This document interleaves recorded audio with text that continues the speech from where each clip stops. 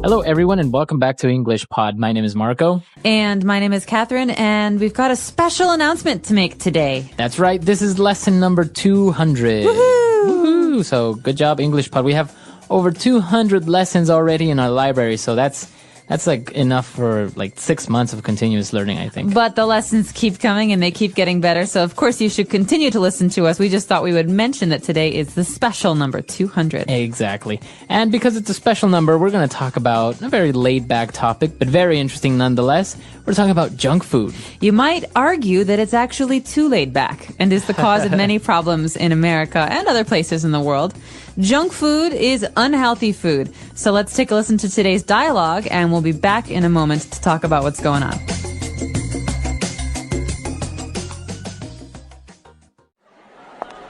I'm hungry. Let's go grab a bite to eat. Sure. How about we go home and prepare a couple of sandwiches? Nah, let's get a burger and fries. All you ever do is have unhealthy fast food. Pizza, fries, burgers, and hot dogs. You have to start eating better. What are you talking about? I have salads sometimes. Yeah, right. I'm serious. You should also cut down on your sugar intake as well. You drink carbonated drinks that are high in fructose syrup. It's really not healthy. Fine. I'll start drinking water and having home-cooked meals that are low in fat. Are you happy now? It's a start, but I'll be happy when I see you stick to your promise. All right, we're back. So let's take a look at some of the great words and phrases all about junk food now in Language Takeaway. Language takeaway. My favorite. The stuff makes me hungry, but it's not very good for you. It's not. It's terrible. And especially his favorite food was burger and fries. Oh, had it for dinner last night.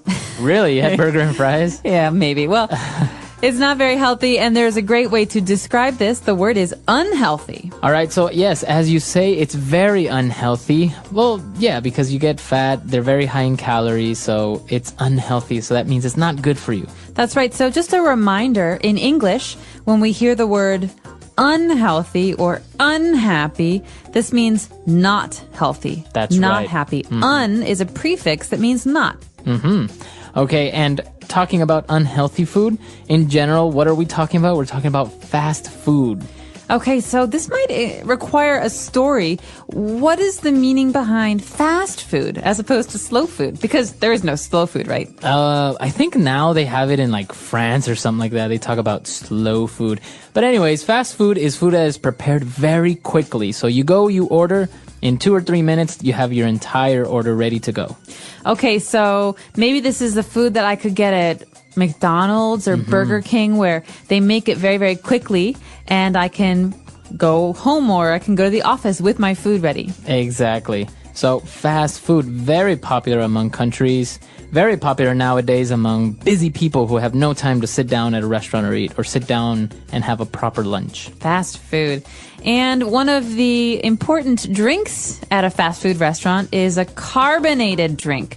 So this carbonated, what does this mean? This is actually the fancy word for soda or for fizzy drink.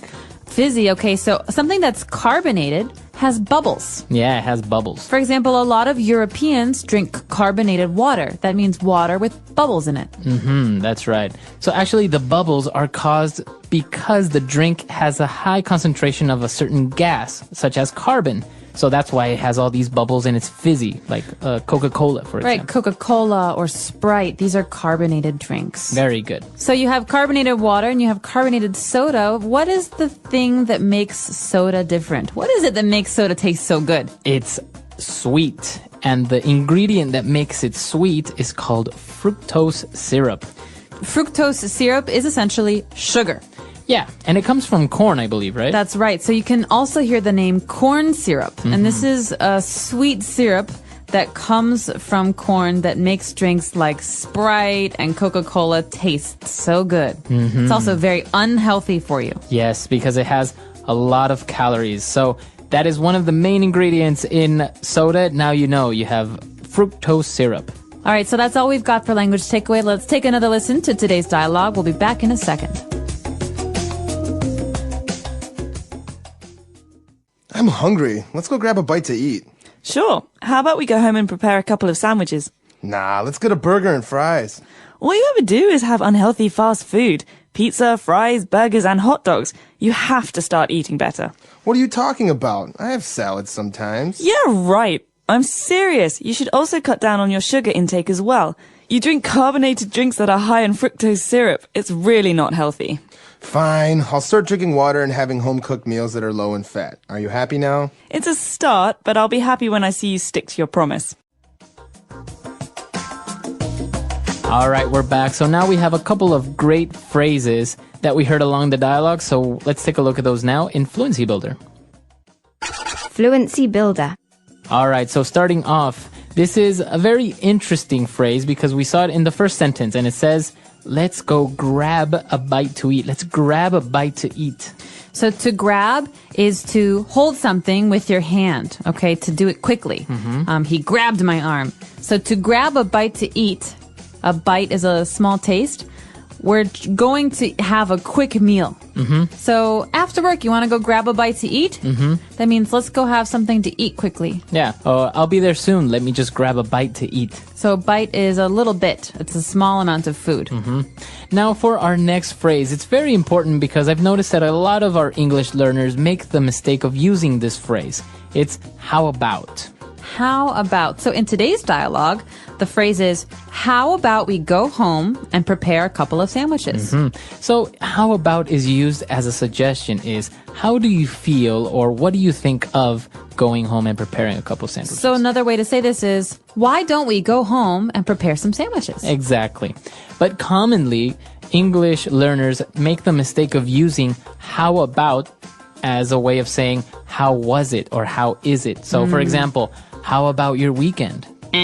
Wrong. Okay. So how was your weekend? Exactly. So how about is usually used when we make a suggestion. How about we go see a movie on Saturday? Or how about we go to my parents' house for Christmas this year? Or finally, how about you get another job so that we can have more money to spend on going out to eat? Very good. So how about, these are all suggestions. Why don't you get another job? Why don't we go to our parents' house for Christmas?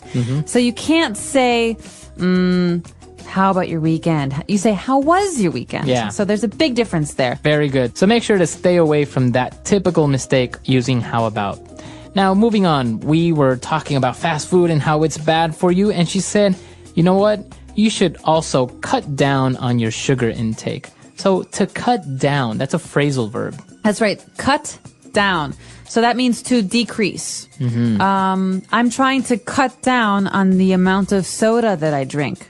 Or I'm trying to cut down on how much I spend on the weekends. Okay, so to cut down means to decrease or to lessen. Very good. And for our last phrase, the whole thing that we're talking about and one of the favorite meals for everyone, burger and fries.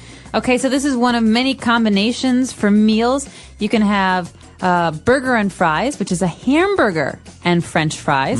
So oftentimes you'll say, hey, let's go grab a burger and fries. Yeah. Another combination, especially in England, is fish and chips. Yeah, fish and chips. Fish would be a fried fish sandwich, and chips would be French fries as well. That's right. So, and actually in England, they call French fries, they call them chips. So if you're confused by the word chips or potato chips and French fries, these are different things in different places. But if you're talking to an American, French fries is the way to go.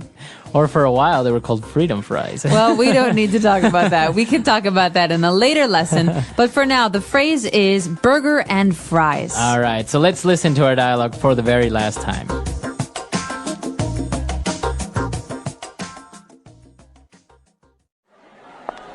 I'm hungry. Let's go grab a bite to eat. Sure. How about we go home and prepare a couple of sandwiches? Nah, let's get a burger and fries. All you ever do is have unhealthy fast food. Pizza, fries, burgers, and hot dogs. You have to start eating better. What are you talking about? I have salads sometimes. Yeah, right. I'm serious. You should also cut down on your sugar intake as well. You drink carbonated drinks that are high in fructose syrup. It's really not healthy. Fine, I'll start drinking water and having home-cooked meals that are low in fat. Are you happy now? It's a start, but I'll be happy when I see you stick to your promise.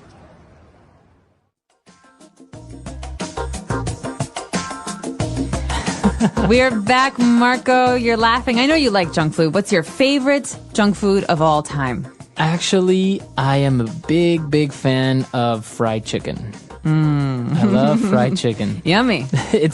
I don't know. I think it's really greasy and oily and it's very, very bad, but I can't help it. It's very good. You can buy bags of it in America. I Get know. like a pound bag. You buy of fried it by the chicken. pound in America, right? Yep, you pay for how much it weighs. Wow, that's amazing. I actually really enjoy it, but places like Kentucky Fried Chicken, they're too expensive for fried chicken. Yeah, you don't necessarily want to go there. There's other places that are a lot more maybe traditional that are pretty good. How about you? What is your favorite junk food? Chicago style hot dog and French fries. yeah. Like when you go to see a baseball game, you get a hot dog. But Chicago style is good. It's not too much stuff on it. You have a poppy seed bun. So it's a bun, a piece of bread with some seeds on it and a lot of Ketchup, mustard and ketchup and onions. I really enjoy hot dogs, but the one thing that I cannot have on a hot dog is mustard or relish. Oh my gosh, those are the two best things. Okay, I can't talk to you anymore. Well, tell us what your favorite junk food is and tell Marco that he's crazy if he doesn't like mustard. Today we have an elementary level lesson about food, one of my favorite things to talk about. That's right. We are going to talk about food, but specifically we're going to talk about a family barbecue. Okay, what is a family barbecue? Well, I'll just say a few words first. A barbecue is usually something that we do outside. We bring food, we play games, maybe have some drinks, and a lot of the food is grilled. So that's what we're talking about today. We're going to hear this dialogue first, and then we'll come back to talk about it.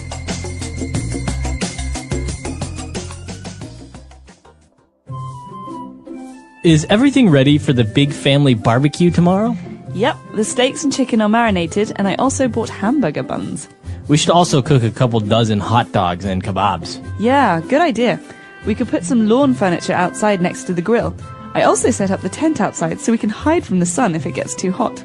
Great! I asked Grace to bring cups and serviettes, as she is also bringing 2 big coolers for the beers. This is going to be a great barbecue. Oh no, it's raining!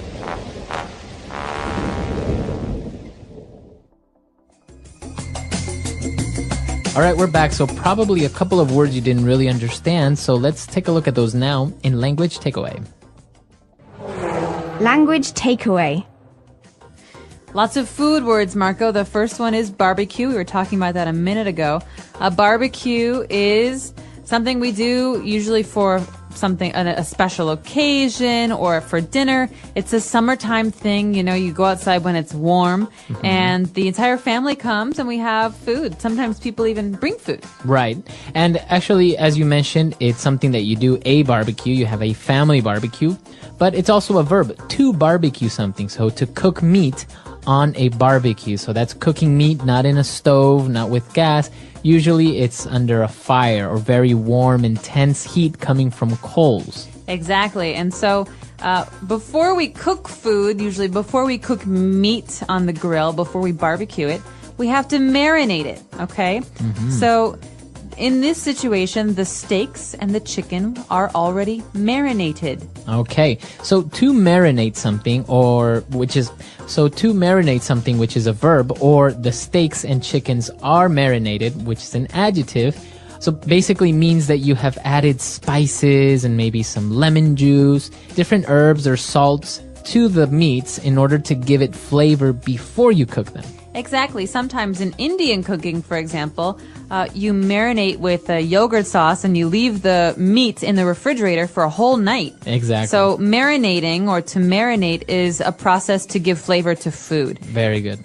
All right. So we've marinated our food, our chicken, our steaks, but also we have hamburgers. So we need hamburger buns. What are buns? Okay. Buns are pieces of bread that are for special kinds of food. So you have a hamburger bun. It's a round piece of bread, and the hamburger goes on one piece and under another piece. A hot dog bun is different. It's like a piece of bread that's folded, and the hot dog goes in the middle. So bun is a special kind of bread for these kinds of foods. All right. So remember, if you want to have a hot dog, you need to buy hot dog buns. So people know already that you're talking about bread. And if you want to buy a hamburger bread, you say a hamburger bun. That's right. So hamburger buns and hot dog buns. But after we talk about having the hamburger buns, we discuss how many hot dogs we're going to cook. So the person says we should cook a couple dozen hot dogs. All right, so a dozen is 12 units of something. Right, so eggs are sold in dozens. We buy a dozen eggs, we buy 12 eggs. Okay, or you can say half a dozen, that means 6. Half of 12. And a couple dozen is usually around 24, 25. Okay, very good. So a dozen hot dogs, and they are also getting kebabs. What are kebabs? One of my favorite foods, kebabs, are sticks or skewers of meat. So you have a very thin stick, and you put the meat on it, and you put that on the grill, and you cook the meat on the grill. So, yeah, those are very common. For example, in the Middle East, right? You have kebabs, sticks of meat, and also maybe some vegetables put on it, and you grill them. Exactly. Very flavorful, very tasty meat. All right, so why don't we listen to our dialogue again, and we'll come back shortly to look at some more words. Is everything ready for the big family barbecue tomorrow? Yep, the steaks and chicken are marinated, and I also bought hamburger buns. We should also cook a couple dozen hot dogs and kebabs. Yeah, good idea. We could put some lawn furniture outside next to the grill.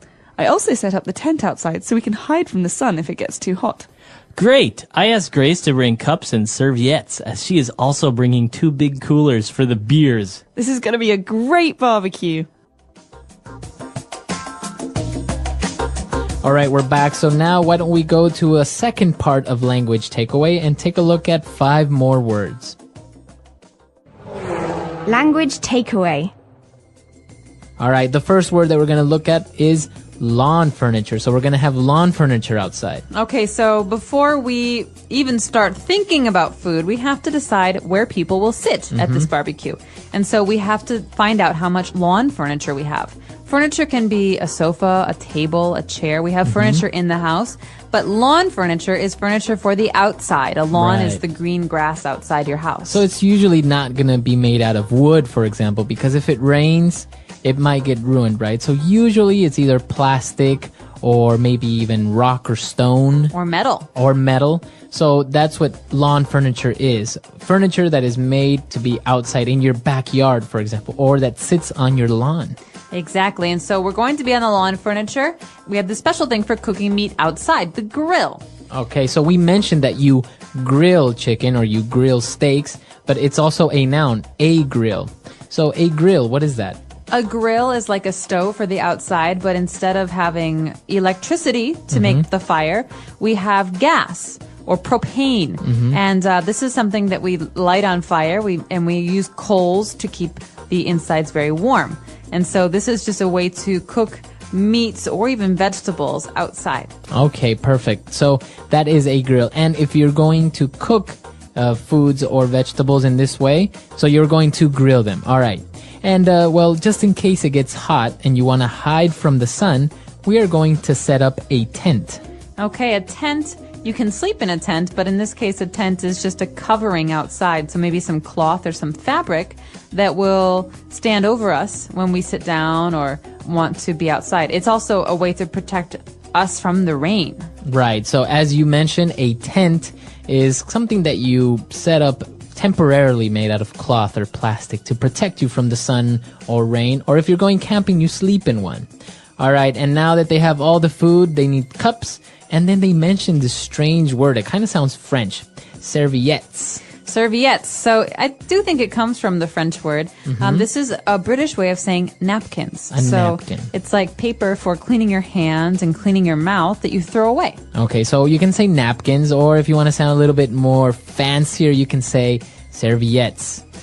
And speaking of fancy, let's talk about beer. Where do we keep beer? It has to stay cold, right? Right, so usually you would place it in a refrigerator, but if you're outside or you're going camping, you want to keep them cold or you want to keep something hot. You place it in a cooler. Okay, so a cooler is a plastic bin or a plastic box that we put all of the ice in and the drinks. So it's not just for beer, it's also for Coke and Sprite and all these different drinks. Right, so it's usually made to keep something cool, but as I said, if you want to keep something warm, you can also keep it in the cooler. It keeps the temperature of the foods. And the nice thing is that it's not electric, so you can use it anywhere. Right. All right, so that's all the words for today. Why don't we listen to our dialogue for the last time?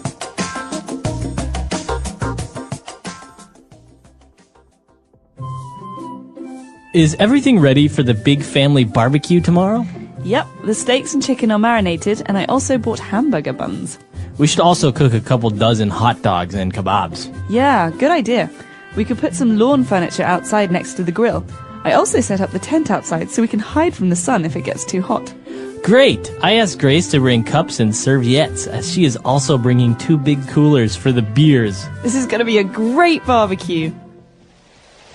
Oh no, it's raining!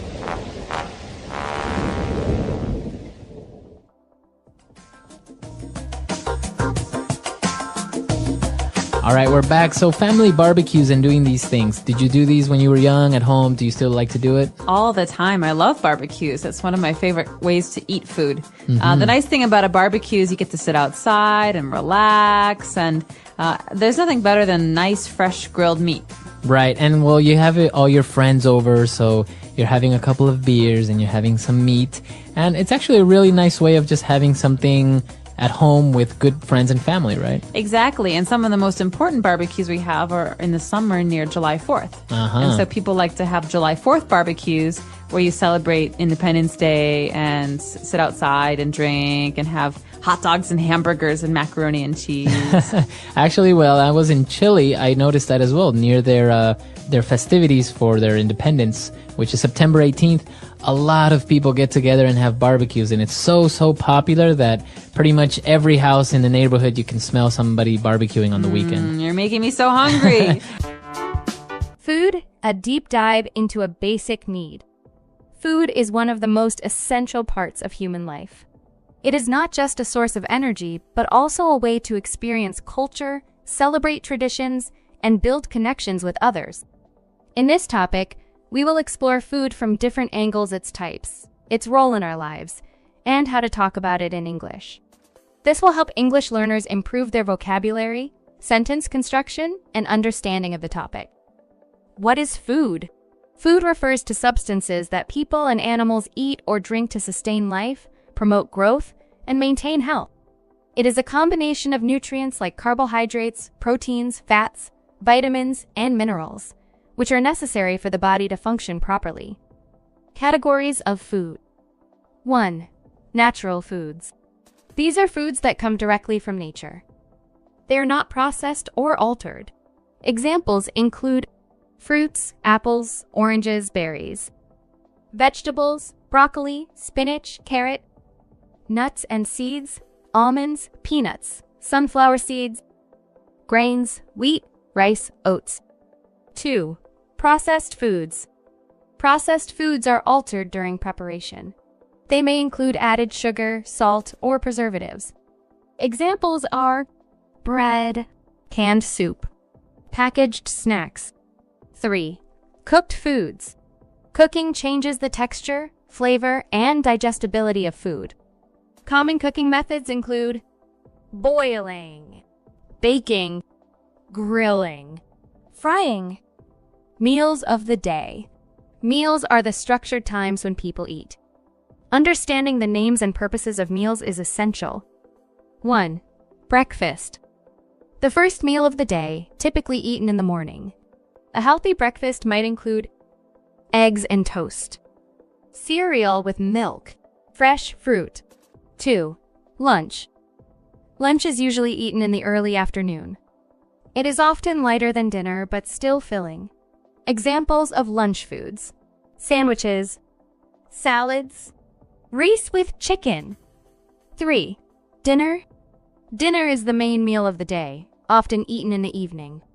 Common dinner dishes include pasta with sauce, roasted meat with vegetables, soup and bread. 4. Snacks. Snacks are smaller meals eaten between the main meals. They are often light and easy to prepare, such as a granola bar, a piece of fruit. Nuts. The role of food in culture. Food plays an important role in expressing culture and identity. Every country and community has dishes that are unique to them. For example, Italy, pizza and spaghetti. Japan, sushi and tempura. Mexico, tacos and enchiladas. Food can also be a symbol of celebration. Think about birthday cakes, holiday feasts, or traditional wedding meals. Talking about food in English. Here are some useful phrases and sentences expressing preferences. What is your favorite food? Example, my favorite food is sushi. Do you like spicy food? Example, yes, I love spicy food. Describing food. How does it taste? Example, it tastes sweet and creamy. Is it healthy? Example, yes, it is rich in vitamins. Asking about meals. What do you usually eat for breakfast? Example, I usually eat cereal and a banana. Can you recommend a good restaurant? Example, yes, try the Italian place near the park. Healthy eating. Eating healthy is important for a good life. A balanced diet includes 1. Proteins found in meat, fish, eggs, and beans. 2. Carbohydrates found in rice, bread, and pasta. 3. Fats found in nuts, avocados, and oils. 4. Vitamins and minerals found in fruits and vegetables. Unhealthy foods like chips and candy are okay occasionally, but should not be eaten every day. Cooking vocabulary. Knowing how to talk about cooking is useful. Here are some words and phrases. Ingredients, the items needed to make a dish. Example, the ingredients for a cake are flour, sugar, eggs, and butter. Recipe, instructions on how to prepare a dish. Utensils, tools used for cooking like spoons, knives, and pans. Advanced vocabulary for food. For intermediate learners, let's practice some higher-level words. Cuisine, the style of cooking from a particular country. Example, French cuisine is famous for its desserts. Flavor, the taste of food. Example, this soup has a rich flavor. Texture, how food feels when you eat it. Example, the bread is soft, but the crust is crunchy. Fun facts about food. 1. Carrots were originally purple, not orange. 2. Honey never spoils. It can last forever. 3. Bananas are berries, but strawberries are not. 4. The most popular fruit in the world is the mango. Practice questions. 1. What is your favorite dish and why? 2. Can you describe a meal you ate recently? 3. Do you prefer home-cooked food or restaurant food? Conclusion. Food is more than just what we eat. It connects us to each other, gives us energy, and helps us learn about the world. By talking about food in English, you can expand your vocabulary and improve your speaking skills. What foods do you enjoy? Try describing them in English. The English Pod Audio Review. Listen to the meaning, then say the vocabulary word. A meal cooked out of doors, over an open fire. Barbecue. Be soaked in marinade. Marinate. A group of 12. Dozen. Pieces of roasted meat, fish, and vegetables on a skewer. Kebab. Utensil with a metal grate. Parallel metal bars. For cooking over a fire. Grill. Portable shelter of canvas, held up by poles, rope, and pegs. Tent. A small square of cloth or paper. Serviette. A container, vessel, or apparatus for cooling. Cooler. Furniture intended for use outside in the yard. Lawn furniture. A round bun shaped to hold a hamburger patty. Hamburger bun. Let's try that faster. A round bun shaped to hold a hamburger patty. Hamburger bun. A meal cooked out of doors over an open fire. Barbecue. A container, vessel, or apparatus for cooling. Cooler. Be soaked in marinade. Marinate. Utensil with a metal grate, parallel metal bars, for cooking over a fire. Grill. Portable shelter of canvas, held up by poles, rope, and pegs. Tent. Pieces of roasted meat, fish, and vegetables on a skewer. Kebab. Furniture intended for use outside in the yard. Lawn furniture. A group of 12. Dozen. A small square of cloth or paper. Serviette. Now say the word and hear it in a sentence. Barbecue.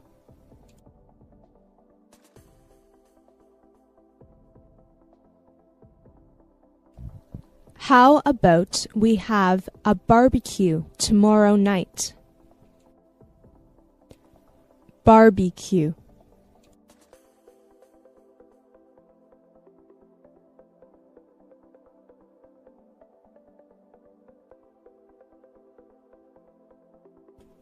In the summertime at dinner, there is always the smell of someone in our neighborhood having a barbecue. Barbecue.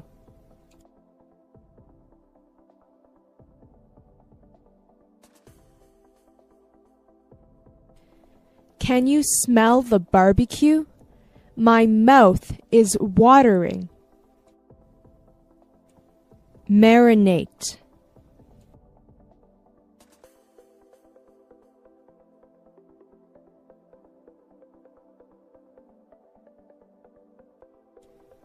Marinated steaks are much more tasty and juicier than regular steaks. Marinate.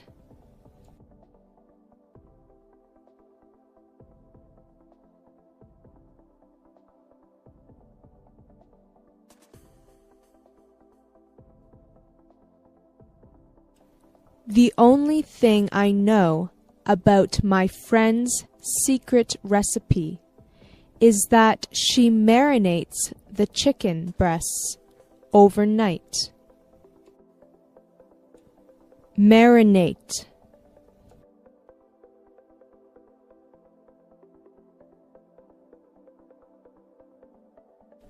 Marinating meat makes the meat more tender. Lawn furniture.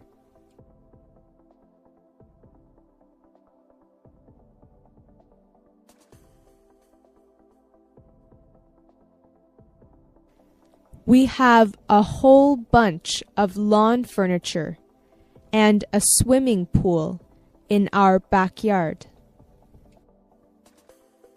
Lawn furniture.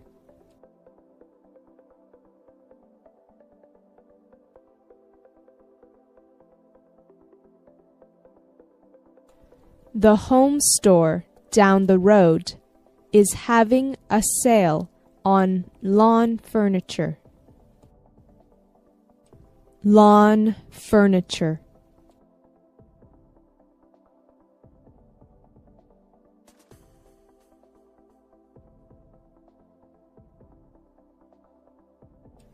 The party ended abruptly when people started throwing the lawn furniture into the pool.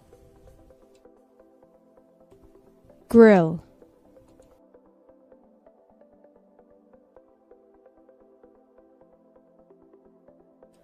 My favorite food is steak done on the grill. Grill.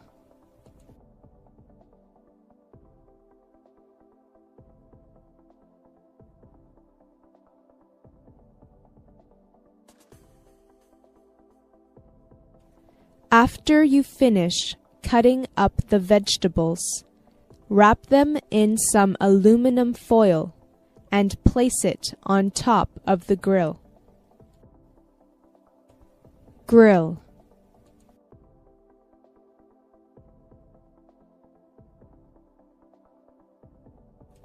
You should always clean the grill after you use it. Cooler.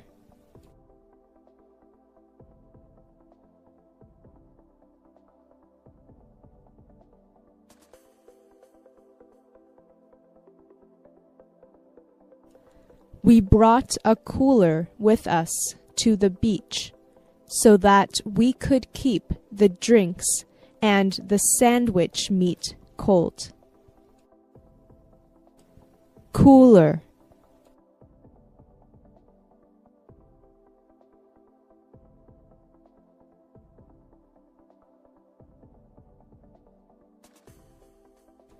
He filled up a cooler with ice and then placed the medical specimen carefully inside. Cooler.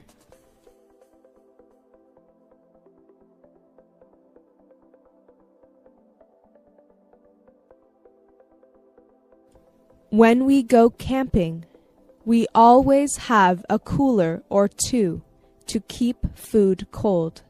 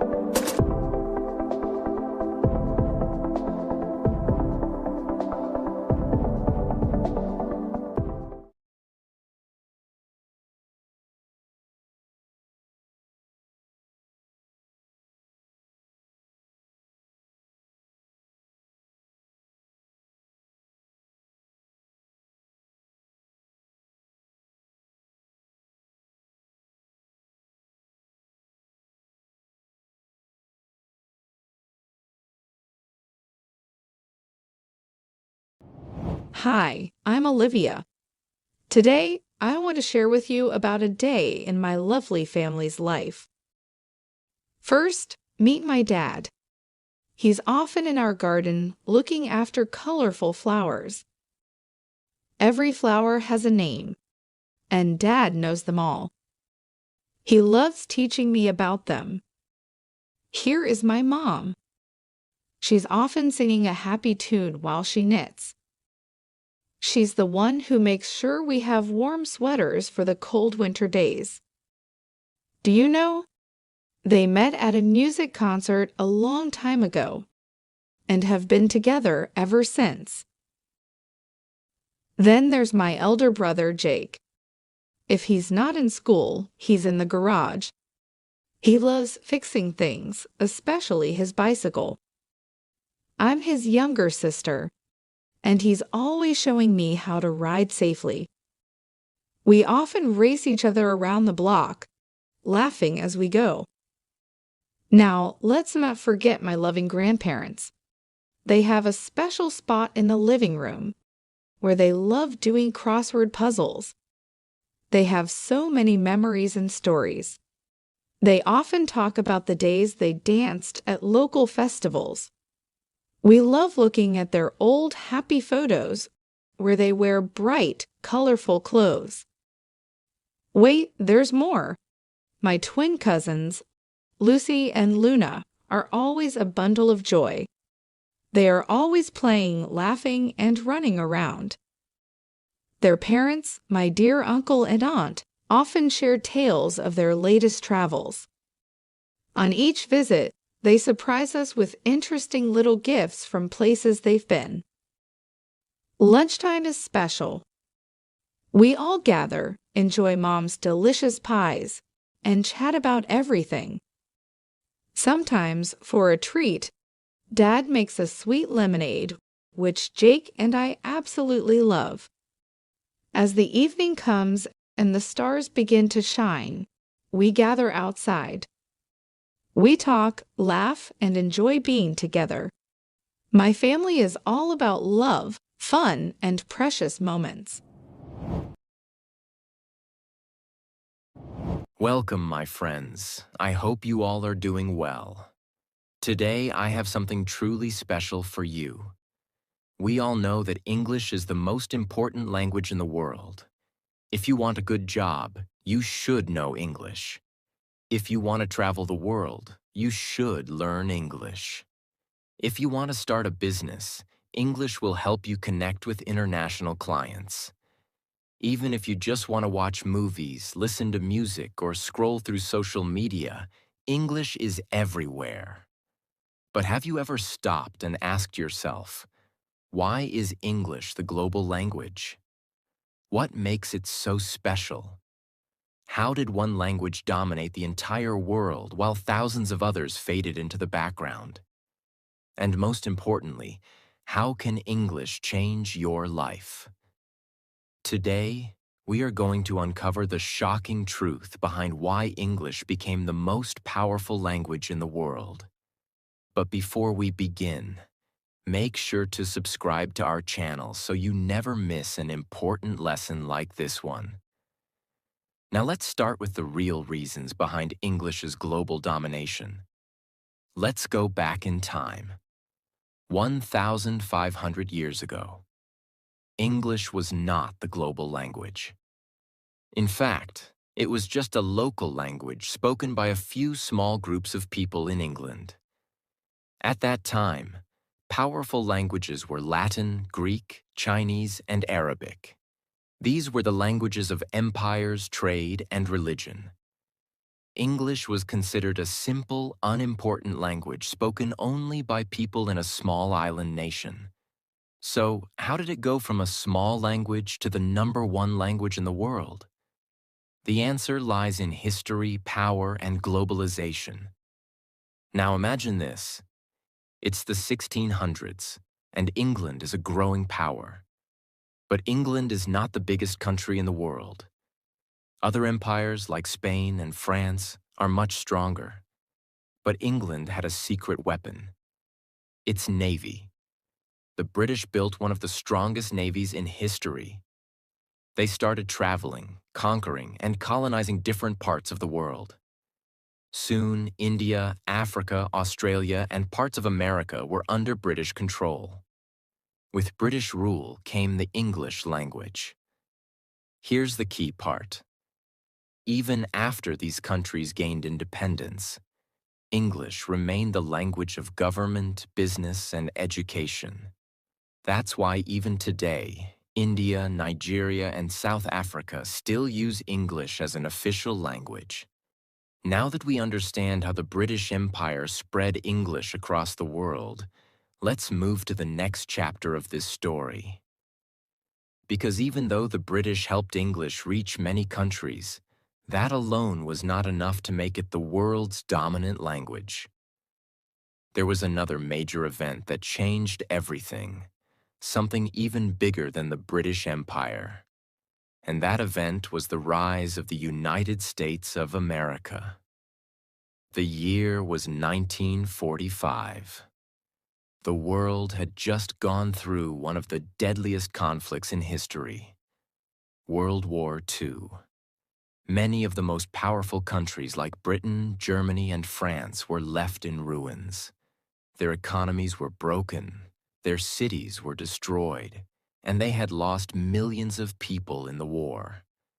But there was one country that became stronger than ever, the United States. Unlike Europe, America did not suffer massive destruction on its land. Instead, its economy had grown even more powerful during the war. It had the strongest industries, the most advanced technology, and the most stable government. And with great power comes great influence. After the war, America started leading the world in almost every area: politics, economics, science, entertainment, and technology. And with America's rise came the second great wave of English dominance. Let's break it down. 1. The dollar became the world's money.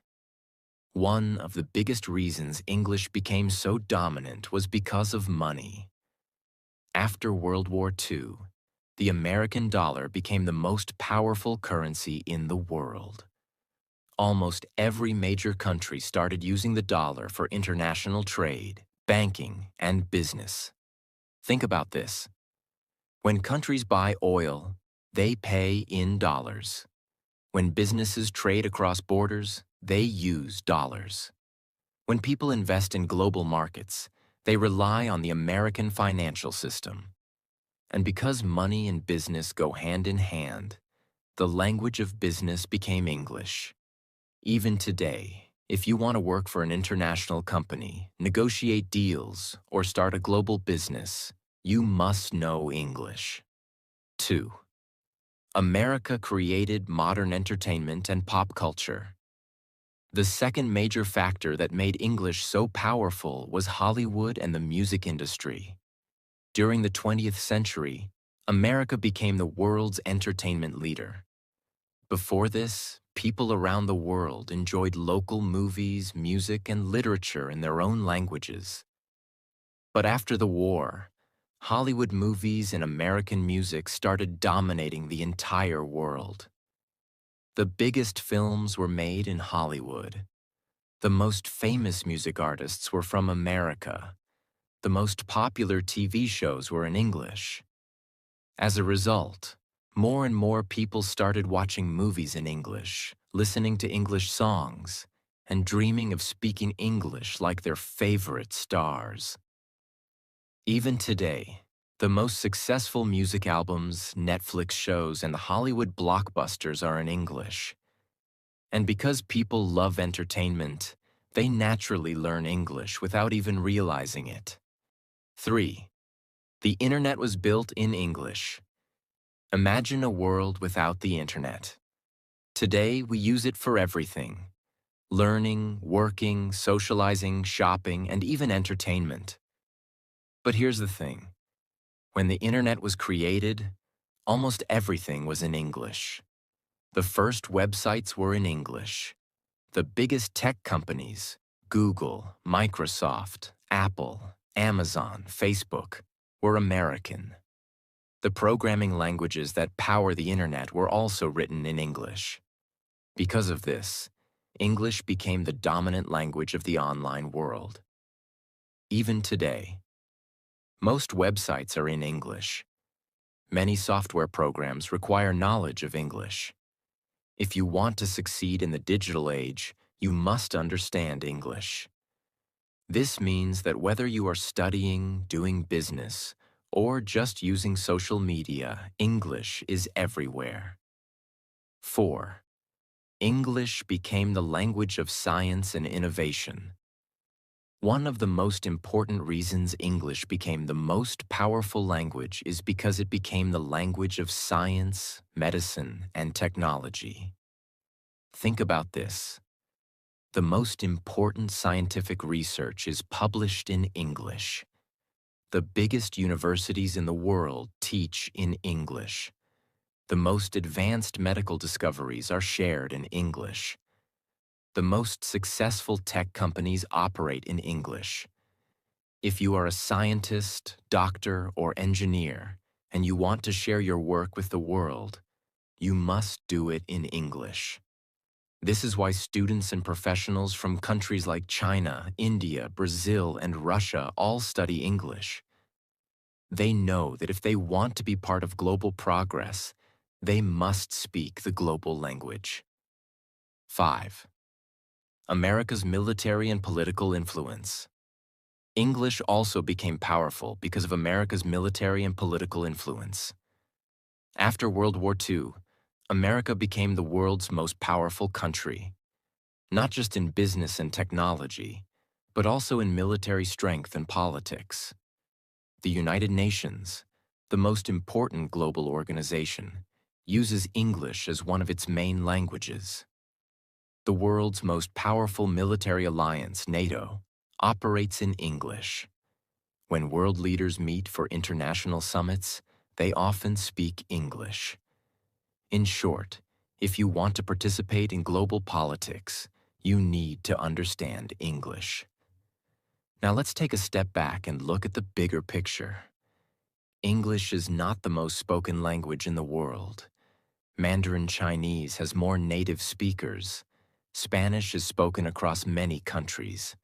But English is the most useful and powerful language in human history. Why? Because of money, business, entertainment, the internet, science, and global politics. If you know English, you can get better job opportunities anywhere in the world, travel easily and communicate with people from different countries, learn new skills faster because most educational content is in English, start an international business and reach more customers, enjoy global entertainment without waiting for translations. This is why English is not just a language.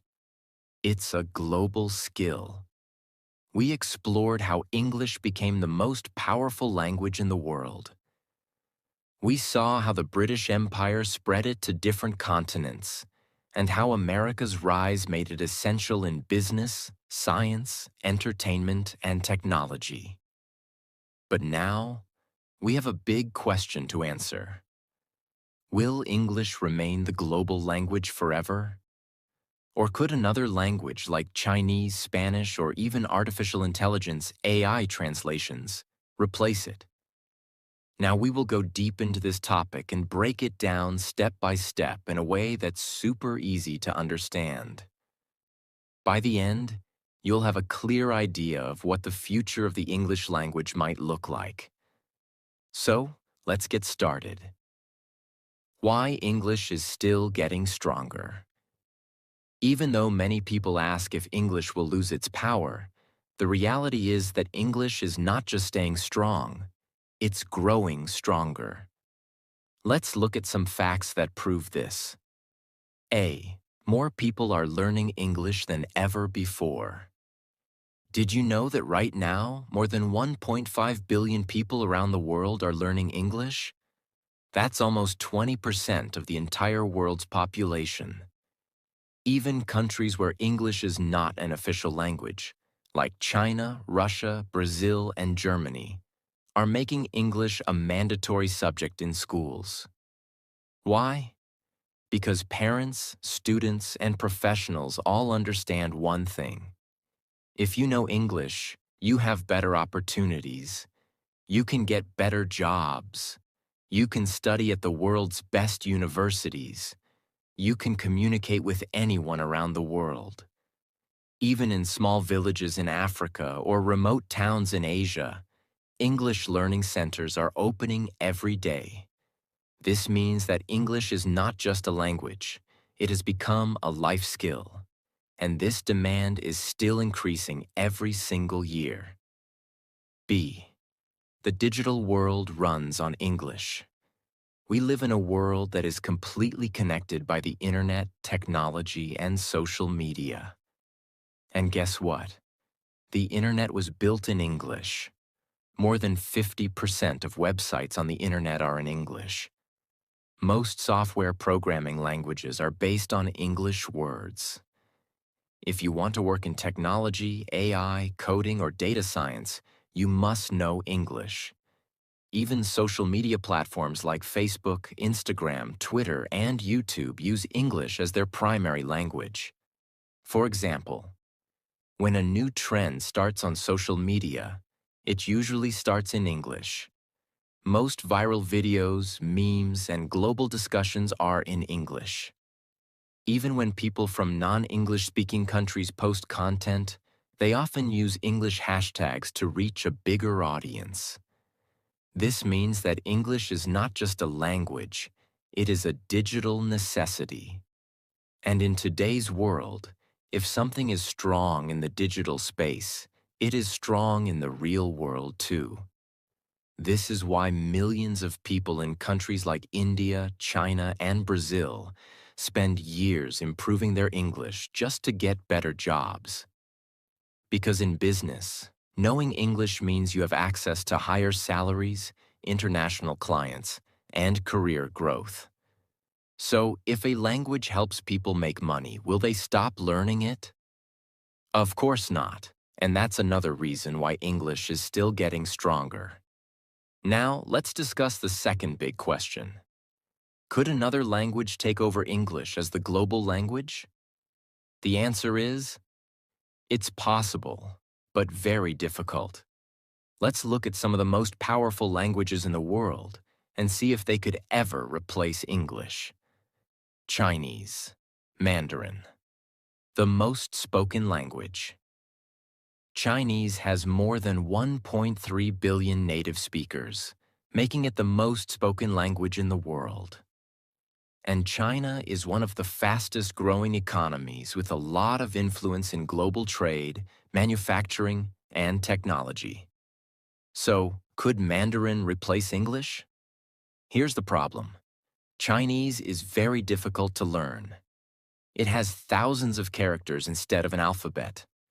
Grammar and pronunciation are complex. Even if you learn to write Chinese, speaking it fluently is another challenge.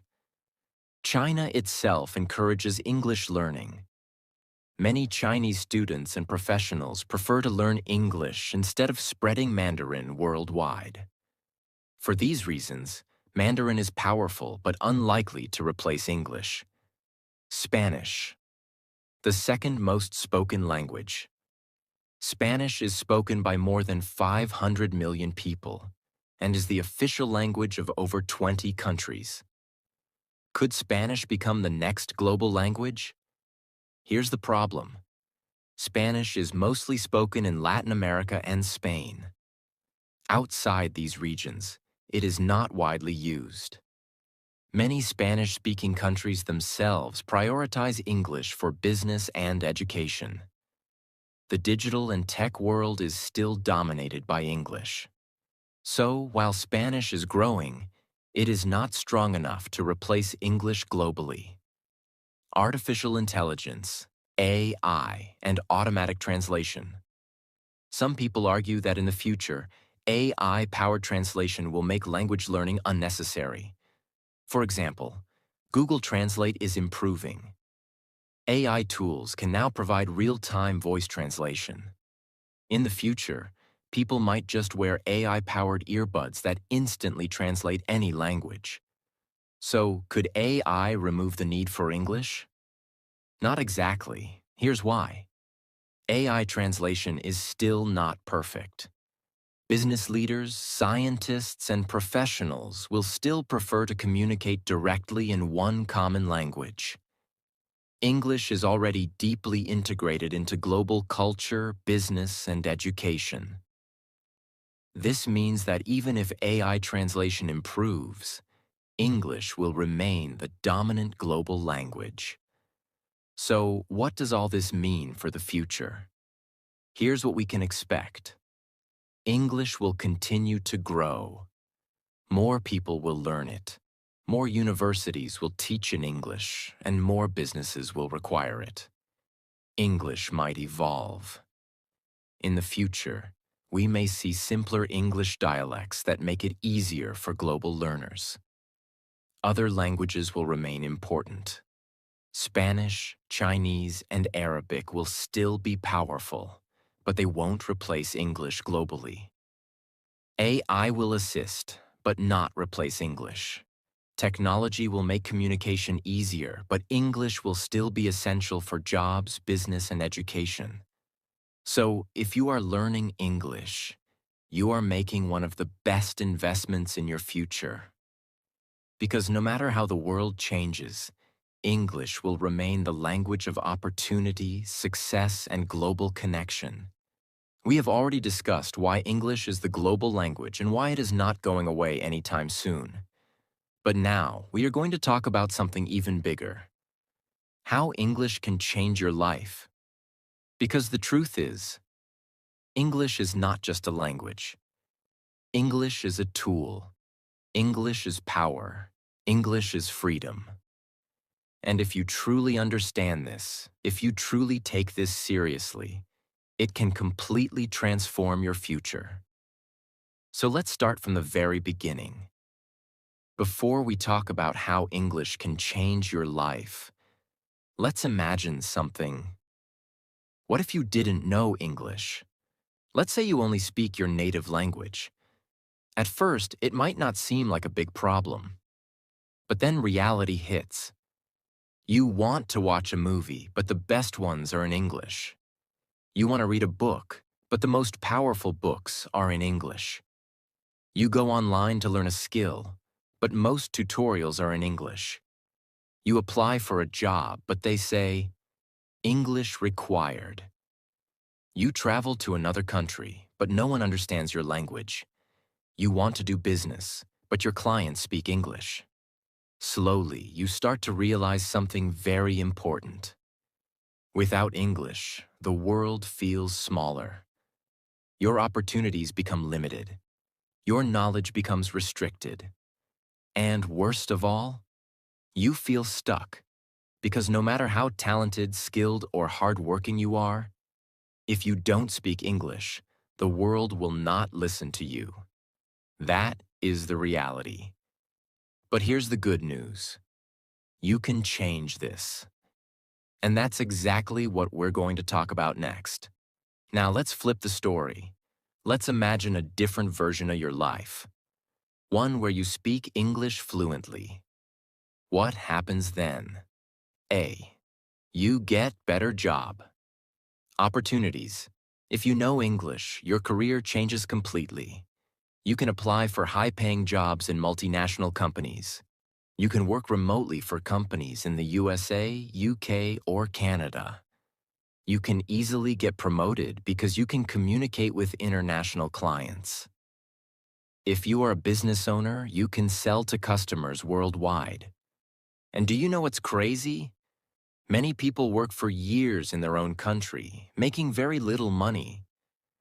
But someone who learns English can double or even triple their income, just because they now have access to better jobs. This is why in many countries, people spend years studying engineering, medicine, or law. But in the end, they don't get jobs, because they don't speak English. Meanwhile, someone who speaks fluent English can get a high-paying remote job with just a laptop and an internet connection. That is the power of English. B. You can travel the world without fear. Have you ever wanted to travel to Paris, New York, London, Dubai, or Tokyo? Have you ever wanted to visit a new country, explore new cultures, and meet new people? Well, here's a fact. English is the language of travel. When you land at an airport, all the signs are in English. When you check into a hotel, the staff speaks English. If you get lost, You can ask for help in English. No matter where you go in the world, someone will understand you if you speak English. But if you don't know English, traveling becomes stressful, confusing, and difficult. So if you want the freedom to explore the world without fear, English is your passport. You can learn anything you want. Let me ask you a question.